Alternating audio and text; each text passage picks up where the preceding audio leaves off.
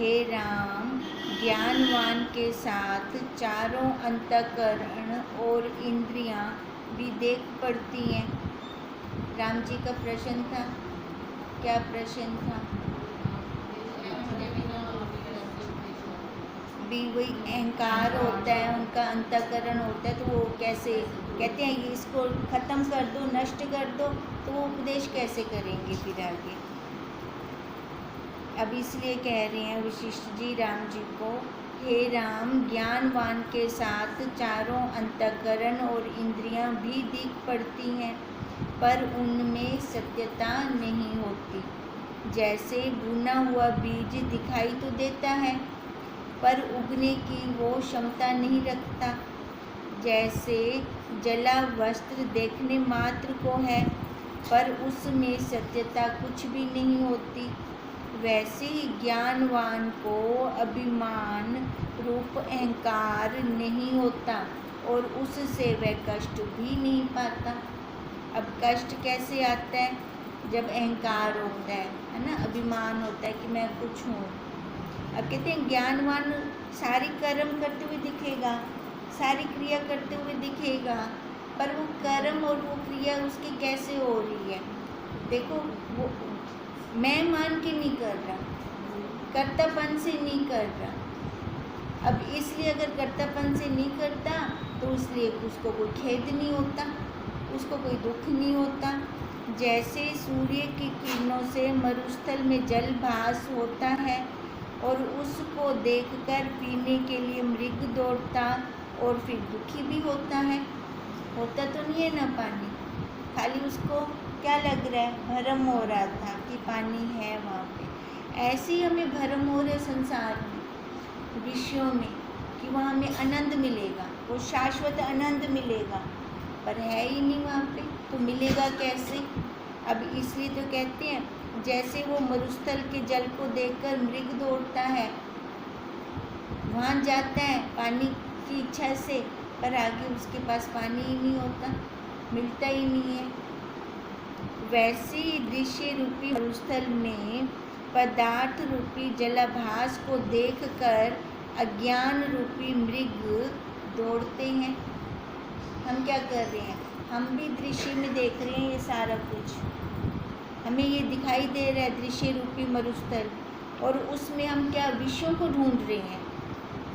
अपर विषय वो कौन सा स्थिर रहने वाले हैं, पल पल बदल रहे हैं, और फिर दुख को पाते हैं। जब ज्ञान रूपी वर्षा से आत्म रूपी जल चढ़ा, तब चित्त रूपी मृग फिर कहाँ दौड़े? जब एक बार मैंने जान लिया कि वहाँ जल है नहीं, है ना, खाली चमक है, रेत की चमक है, मैं फिर पीने थोड़ी जाऊँगी, उठ के जाऊँगी थोड़ी। ऐसे जब हम जान लेते हैं कि विश्व में वो आनंद नहीं है, ये सुख हमें दिख रहा है, सुख के उसकी दूसरी जोड़ी भी साथ में आएगी, दुख भी साथ में आएगा। अब कहते हैं एक बार जब ऐसा जान लिया तो फिर हम दोबारा वहाँ नहीं जाएंगे। जब ज्ञान रूपी वर्षा होती है और अनुभव रूपी जल चढ़ता है, तब चित्त रूपी मृग के यतन रूपी जो स्फुरण था वो नष्ट हो गया। देखो, जब ज्ञान की वर्षा हुई, अब ज्ञान की वर्षा मतलब जो महावाक्य लिए हमने गुरुदेव से, फिर उन महावाक्यों को हमने खाली पर्स में बंद करके रख लिया, हमने खर्च किया, उनको खर्च किया मतलब अनुभव लिया उनका। अब जब अनुभव लेते हैं तो फिर कुछ ना कुछ तो पता चलता है ना, अनुभव, गर्मी सर्दी भूख प्यास, इन सब का अनुभव होता है। ऐसे जब गुरुदेव के महावाक्यों को जब हम व्यवहार में लेकर आते हैं तो फिर हमें वहाँ से अनुभव की अनुभूति होती है, कुछ तो अनुभूति होगी। अब वो अनुभूति हमें आगे की तरफ लेकर जाती है। कहते हैं फिर जो स्फुरण होता है, जो मैंने अनुभव लिया, अनुभव क्या लिया कि मैंने जब अपने मन को स्थिर किया, एकाग्र किया, फिर जाके मेरे को आनंद आया। गुरुदेव तो हमें बार बार कहते हैं, देख अपने वासनाओं को देख, इच्छाओं को देख, मन के अंदर क्या चल रहा है इसको देख। जब गुरुदेव ऐसे बार बार कहते हैं तो देखो ऐसे कहने से क्या होता है, फिर मैं रुकती हूँ, रुक कर देखती हूँ, फिर देखती हूँ तो फिर पता चलता है कि वहाँ पर कुछ है ही नहीं, उधर कुछ है ही नहीं। अब जब ऐसे मैं देखती हूँ तो क्या होता है कि देखो जो ये अनुभव हुआ मेरे को मन को एकाग्र करने से हुआ, अपनी एकाग्रता के कारण हुआ। अब जब ये एकाग्रता होती है तो सारे फूडने ख़त्म हो जाते हैं। उसका अनुभव लिया ना, जब मैंने फूडने ख़त्म किए तब मेरे को आनंद आया। अब यही अनुभव करने से फिर वही कहते हैं ना, एक बार असली सेब का ले लिया, स्वाद ले लिया तो नकली क्यों खाएंगे फिर हम, तो फिर असली की तरफ ही जाएंगे। हे राम, अहंकार अविचार से सिद्ध है और विचार से क्षीण हो जाता है। जैसे बर्फ की पुतली सूर्य की किरणों से क्षीण होती है, खाली सूरज का आना काफ़ी है, बर्फ अपने आप पिघलनी शुरू हो जाएगी। और जब अधिक तेज होता है तब जल रूप हो जाती है, बर्फ की संख्या नहीं रहती। वैसे ही अहंकार रूपी बर्फ विचार रूपी किरणों से क्षीण हो जाता है, ख़त्म हो जाता है। कहते हैं जब तेज धूप होती है ना तो वो बर्फ़ क्या बन जाती है, जल रूप हो जाती है।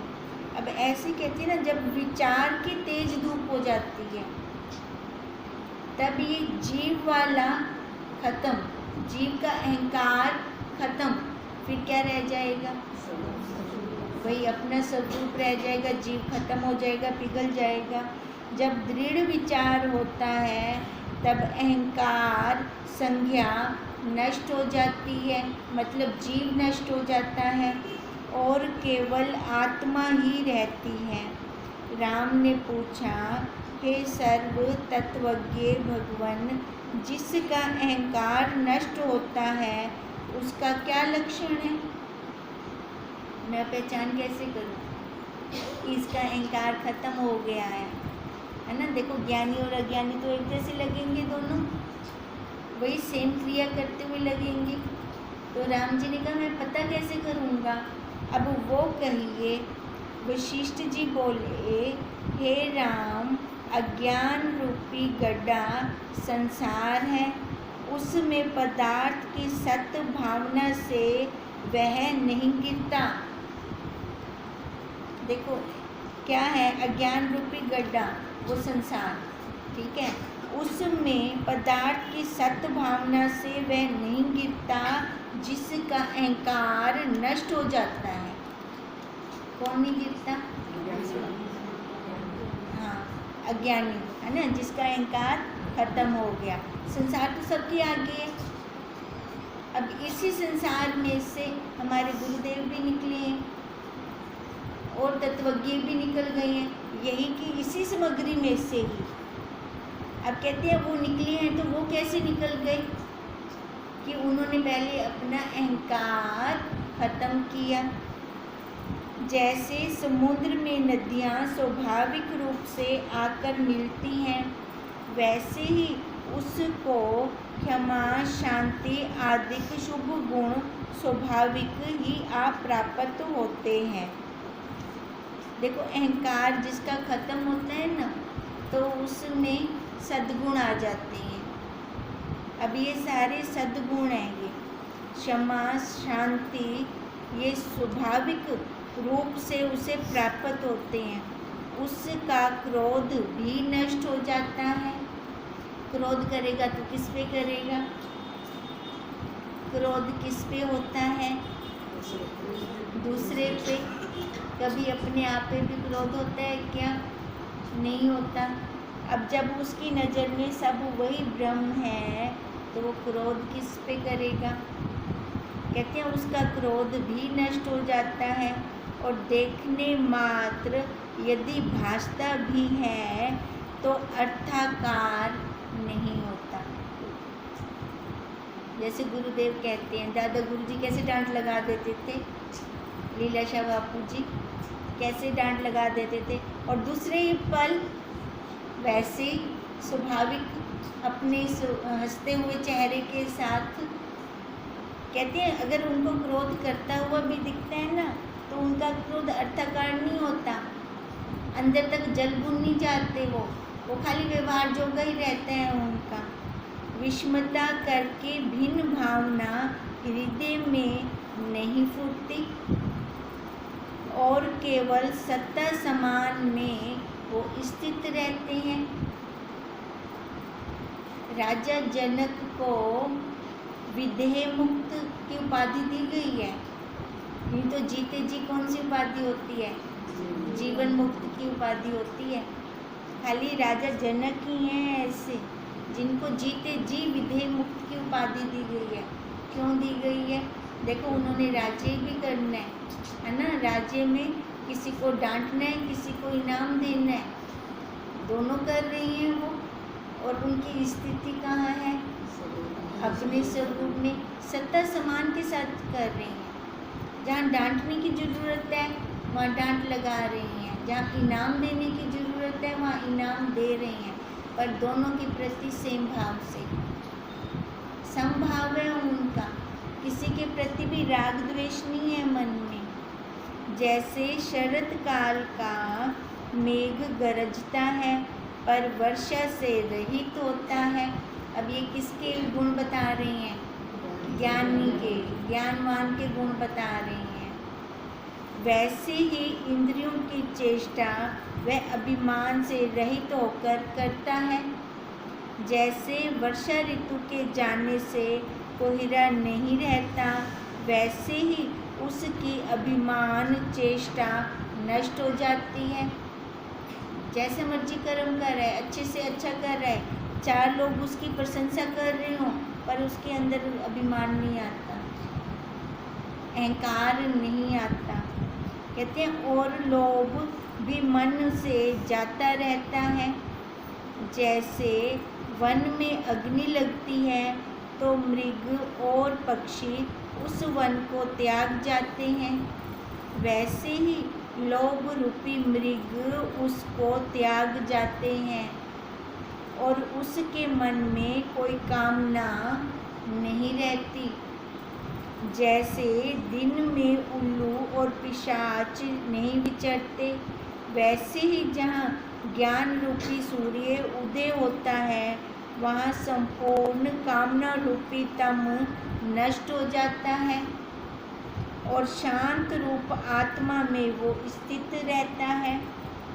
जैसे मजदूर 2 पोटों को ज्येष्ठ आषाढ़ की धूप में उठाता है और गर्मी में थकता है तो उसको डालकर वृक्ष के नीचे सुख से फिर वो स्थित होता है, आराम से छाया में सो जाता है। वैसे ही वासना रूपी पोट है और अज्ञान रूपी धूप है, उससे वो दुखी नहीं होता, देखने वाला हो जाता है, ज्ञानवान देखता रहता है। अब देखो, ज्ञानी और अज्ञानी दोनों सेम कर्म कर रहे हैं, पर दोनों की स्थिति में फ़र्क है, दोनों के भावों में फ़र्क है। अब ये फ़र्क कैसे वो देख लेते हैं? देखो, देखने में तो सही एक जैसे लगेंगे, तभी कहते हैं ज्ञानी की मति ज्ञानी जाने, है ना, वही समझ सकता है ना जो वहाँ से निकला हुआ हो।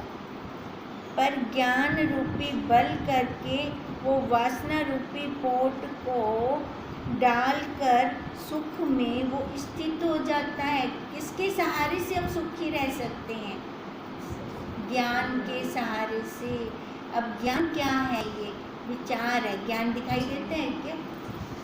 नहीं ना, ये हम खाली विचार करें, अपने अंदर विचार करें, ये प्राप्त हो गया तो क्या है, अगर दूसरे को मिल रहा है मेरे को नहीं मिला तो क्या हो गया, है ना। ये खाली विचार करना है।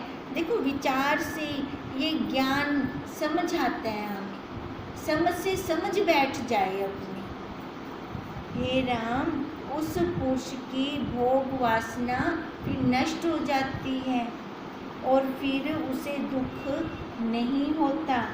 जैसे गरुड़ को देखकर सर्प भागता है और फिर निकट नहीं आता, वैसे ही ज्ञान रूपी गरुड़ को देखकर भोग रूपी सर्प भागते हैं।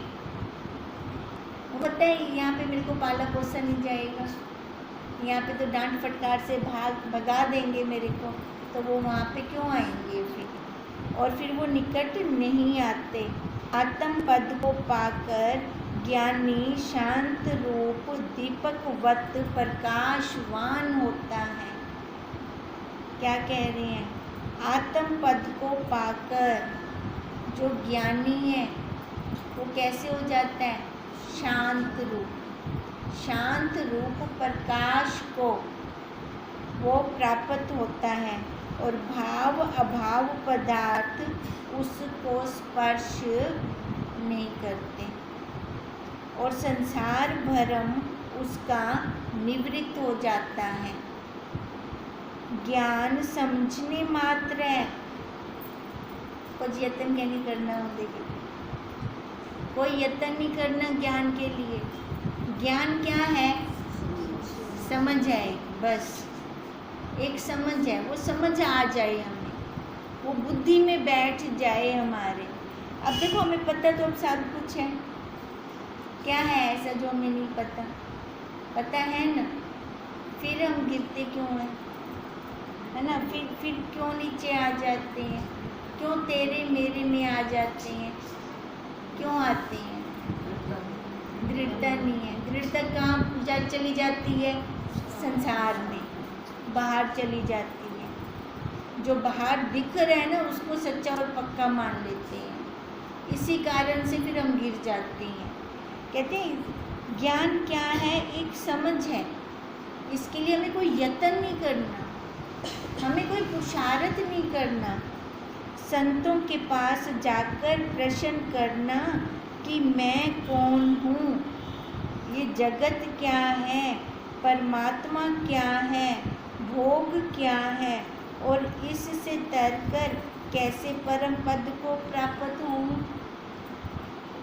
अब ये कौन कह रही हैं? वशिष्ठ जी राम जी को कह रही हैं। कहते हैं ये जो विचार करने हैं ना, कहते हैं ज्ञान क्या है? एक समझ है, बस समझ आ जाए। इसके लिए मेरे को कुछ फिजिकली कोई पुरुषार्थ नहीं करना। कहते हैं ये समझ आती है तो अच्छी बात है, नहीं आती तो संतों के पास जाएं, जिनके पास ये समझ है, ये अनुभव है जिनके पास, उनके पास जाकर फिर क्या करें? तेरे मेरे बारे में पूछें, घर परिवार के बारे में पूछें, नहीं कि मैं कौन हूँ, क्यों शरीर मिला मेरे को, ये मेरा जन्म क्यों हुआ। अब कहते हैं यही जाकर पूछेंगे तब जाकर हम छूट पाएंगे। फिर जो ज्ञानवान उपदेश करें उसके अभ्यास से आत्म पद फिर प्राप्त होता है, अन्यथा नहीं प्राप्त होता। पहले तो अपनी समझ हो, अगर अपनी समझ नहीं है तो हमें ये समझ जहाँ पर है वहाँ पहुँचना चाहिए। वहाँ पहुँचकर फिर वहाँ पे हम किंतु परंतु ना करें, है ना? श्रद्धा से अपने हथियार डाल दें सारे। अब हथियार कौन सा है सबसे बड़ा? अहंकार का। ये अहंकार वाला हथियार डाल दें अपने संतों के आगे, अपने गुरुजनों के आगे। वहाँ पर वो जैसा उपदेश करें वैसा फिर हम चल पड़े, है ना? फिर रुके ना फिर हम वहाँ पर। इति श्री योग विशिष्ट निर्वाण प्रकरण संत लक्षण महात्याग वर्णन नाम 94 सर्गा समाप्त। वशिष्ठ जी बोले, जिस प्रकार तुम्हारे पूर्वज इक्ष्वाकु नामक बड़े राजा जीवन मुक्त होकर विचरे हैं, वैसे ही तुम भी विचरो, क्योंकि तुम भी उसी कुल में उपजे हो। देखो, संस्कार होते हैं, पीछे वाले पीढ़ी दर पीढ़ी अपने संस्कार चले आते हैं। अब यही वशिष्ठ जी कह रहे हैं कि तुम्हारे कुल में तो इतने बड़े बड़े राजा हो गए हैं, और वो राजा जो जीवन मुक्त थे, अब तुम भी वैसे ही विचार करो जैसे तुम्हारे पूर्वजों ने किया है, वैसे करके विचरो। हे राम, वह सब राजाओं से श्रेष्ठ सूर्यवंशी इक्ष्वाकु राजा मनु का पुत्र और सूर्य का पौत्र था। जैसे पितरों का राजा धर्म है, उसका स्वभाव शीतल था। जैसे सूर्य को देखकर मणि से तेज प्रकट होता है, वैसे ही उसको देखकर शत्रु संतप्त होते थे। पर साधु, मित्र और प्रजा को वह रमणीय लगता था। बंदा तो एक है, शत्रुओं को कैसे लग रहा है और अपने स्नेहों को कैसे लग रहा है, और वे सब उसको देखकर शांति पाते थे। जैसे चंद्रमा को देखकर चंद्रमुखी कुमुद प्रसन्न होते हैं, वैसे ही उसको देखकर सब प्रसन्न होते थे। किसकी बात कर रही हैं? इक्ष्वाकु राजा की। वह पाप रूपी वृक्षों को काटने वाला कुल्हाड़ा और मित्रों को सुखदायक था। जैसे मोरों को मेघ सुखदायक होता है, सुंदर वह ऐसा था कि उसको देखकर उसके पास लक्ष्मी स्थिर हो रही थी। उसके यश से संपूर्ण पृथ्वी भर रही थी। वह राजा भली प्रकार प्रजा का पालन करता था। एक समय उसके मन में विचार उपजा कि संसार में जरा मरण आदि बड़े कष्ट हैं, इस संसार दुख के तरने का क्या उपाय है। किसकी बात कर रही हैं? इक्ष्वाकु राजा की। वशिष्ठ जी राम जी को बता रहे हैं। ऐसे वह विचार रहा था कि इतने में शंभु मुनि ब्रह्मलोक से आए। उसने उनका भली प्रकार पूजन करके पूछा, हे भगवान, आपकी कृपा का प्रताप मेरे हृदय में बैठकर प्रश्न करने को प्रेरित करता है। इससे मैं प्रश्न करता हूँ, हे भगवान, मेरे हृदय में संसार बसता है। अब ये किसकी बात कर रही हैं? राजा की। इक्ष्वाकु राजा ने किससे प्रश्न किया? शंभु मुनि से, जो ब्रह्मलोक से आए थे।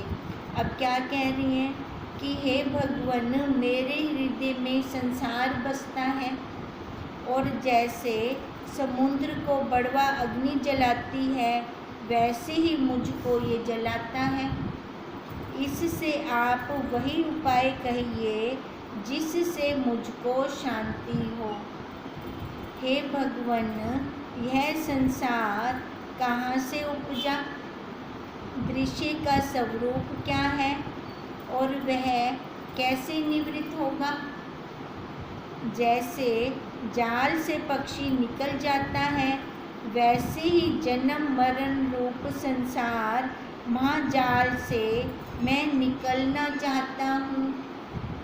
अब ये प्रश्न इक्ष्वाकु राजा जी कर रहे हैं शंभु मुनि से, जो ब्रह्मलोक से आए हैं। जैसे वरुण समुद्र के सब स्थान जानता है, वैसे ही तुम जगत के सब व्यवहारों को जानते हो और संशय के निवृत्त करने वाले हो। अज्ञान रूपी तम के नाश करता तुम सूर्य हो। तुम्हारे अमृत रूपी वचनों से मैं शांति को प्राप्त होऊंगा। मुनि बोले, हे साधो, मैं चिरकाल पर्यंत जगत में विचरता रहा हूँ। परंतु ऐसा प्रश्न मुझसे किसी ने नहीं किया। अब ये प्रश्न कौन करेगा? जो निकलना चाहता होगा ना, जिसको तड़प होगी, है ना भी, इस संसार में ये क्या है, ये संसार, ये जगत क्या है, और मेरा जन्म क्यों हुआ, मैं किस लिए आया हूँ। जिसको ये जानने की जिज्ञासा होगी उसी का तो प्रश्न उठेगा ये। तभी तो वो कह रहे हैं ऐसा प्रश्न मैं चिरकाल तक चलता रहा हूँ संसार के अंदर, पर ऐसा प्रश्न नहीं किया किसी ने भी। तुमने बहुत उत्तम प्रश्न किया है। यह प्रश्न अनर्थ का नाश करने वाला है। तेरी बुद्धि विवेक से विकासमान हुई दिख पड़ती है। विवेक जागे। हे राजन, जो कुछ जगत तुझको भासित होता है सो सब असत है। जैसे रस्सी में सर्प, स्वप्न में गंधर्व नगर, मरुस्थल में जल, सीपी में रूपा, आकाश में नीलापन और दूसरा चंद्रमा भरम से दिखते हैं, वैसे ही यह जगत असत रूप है, सच्चा नहीं है। ये भरम से दिख रहा है ही नहीं। जैसे जल में चक्र और तरंग असत रूप है, वैसे ही जगत असत रूप है, जो मन सहित षट इंद्रियों से अतीत है। मन सहित छयों इंद्रियों से ये परे है ही नहीं, और शून्य भी नहीं, सो सत्य और अविनाशी आत्मा कहलाता है। कहते हैं ये असत्य भी नहीं कह सकते, शून्य भी नहीं कह सकते, भास रहा है, दिख रहा है ना। और इसको हम सत्य भी नहीं कहते क्योंकि टिकने वाला नहीं है, लय को प्राप्त हो रहा है, पल पल खत्म हो रहा है। कहते हैं वह निर्मल पर ब्रह्म सर्व ओर से पूर्ण और अनंत है, उसी में जगत कल्पित है। कहते हैं ये उन दोनों से परे है। जो सत्य है ना, जिसमें ये खड़ा है, तो उसको पकड़। किसमें खड़ा है ये संसार, ये सारा कुछ 84 लाख योनियाँ किसमें खड़ी हैं? ये उस साक्षी में, उस सत्ता में, है ना। कहते हैं विशिष्ट जी, ये तो मुनि जी बता रहे हैं, है ना, इस वाक्यों को कि तू उसी को पकड़, ये कुछ है नहीं। ये तू जो कह रहे ये संसार क्या है, ये सारा जो दिख रहा है ये क्या है, कह रहे ये मिथ्या है, भ्रम है। अब जैसे किसी को दो आकाश दिख रही है, किसी को वही समुद्र के अंदर वो लहरों को वो अलग मान रहा है। अब जो मान रहा है उसकी गलती है ना, पीछे से उस सत्ता की तो कोई गलती नहीं है, उस समुद्र की तो कोई गलती नहीं है। बहुत से ऐसे भी हैं वो जो तरंग को भी वही जल रूप देखते हैं, गहनों को भी सोना देखते हैं, है ना, बहुत से ऐसे भी हैं ना। तो कहते हैं ये अपने मानने पे है, ये हमने खुद कल्पना कर रखी है इस जगत की। अगर जो चीज़ मैंने खुद की है तो जाएगी कैसे? मेरे खुद से ही जाएगी, मेरी खुद की पकड़ से ही जाएगी। मैं अपनी पकड़ वहाँ से हटाऊंगी तभी जाएगी, क्योंकि कोई दूसरा आके तो मेरी वो पकड़ नहीं हटा सकता, मेरी मन की सोच को नहीं बदल सकता जब तक मैं खुद नहीं चाह रही। तभी तो उन्होंने कहा ऐसा प्रश्न मेरे से आज तक किसी ने किया नहीं, मैं बहुत घूमा। पर ये जिसकी जिज्ञासा होगी, जो छोड़ना चाहता होगा इस संसार को, जिसको आगे से कुछ मिल नहीं रहा होगा, वही संतों के पास जाकर ये प्रश्न करेगा। क्योंकि वही जो आराम से आनंद से विचर रहे हैं, उन्हीं के पास तो ये खजाना होगा। और संसारी देख लो, किसी को कोई दुख है तो किसी को कोई दुख है, कोई संसारी सुखी नहीं है। कोई जो संसार को सच्चा मान रहा है ना, कोई सुखी नहीं है। सुखी तो वही है जिन्होंने ये अपनी बुद्धि में बिठा लिया है कि ये सारा भ्रम, ये है ही नहीं, ये मिथ्या है, ये खाली व्यवहार के लिए है। और व्यवहार के लिए आकार मिले, मेरे कर्म थे, उनको अपनी प्रारब्ध थी, प्रारब्ध खत्म कैसे होगी? ये कर्मों को खत्म करेंगे, है ना, तभी प्रारब्ध खत्म होगी, लेन देन खत्म होगा, तभी ये शरीर खत्म होगा, नहीं तो हो नहीं सकता।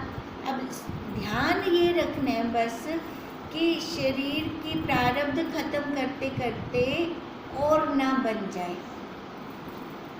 और कर्म ना बन जाए। जहाँ और कर्म बन गए वहाँ पे ये सिलसिला चलता रहेगा, ये कभी खत्म नहीं होगा। अब बताओ करना क्या है? खाली यही सजगता रखनी है, अपनी समझ रखना है, कुछ करना है क्या? खाली समझ से, विचार से आगे निकलते चलो। बुद्धि में बैठ जाए मैं मेरा है ही नहीं, ना मैं हूँ, जब मैं ही नहीं तो मेरा कहाँ से हो गया, है ना। व्यवहार करना है, व्यवहार करो सारा, पर बुद्धि के अंदर दृढ़ता हो अपनी कि ये सारी प्रारब्ध की सामग्री मिली है मेरे को, सामग्री से मैंने छुटकारा पाना है। उन्होंने तो दे दी सामग्री, और मैं क्या कर दी पिया? सामग्री का सदुपयोग कर दी पिया कि दुरुपयोग कर दी पिया? सामग्री कौन सी है?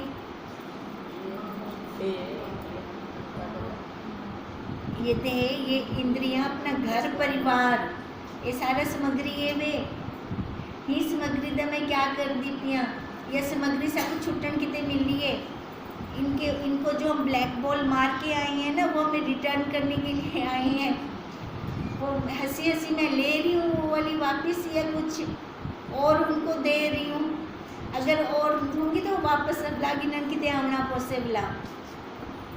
ओ अच्छा जी, होम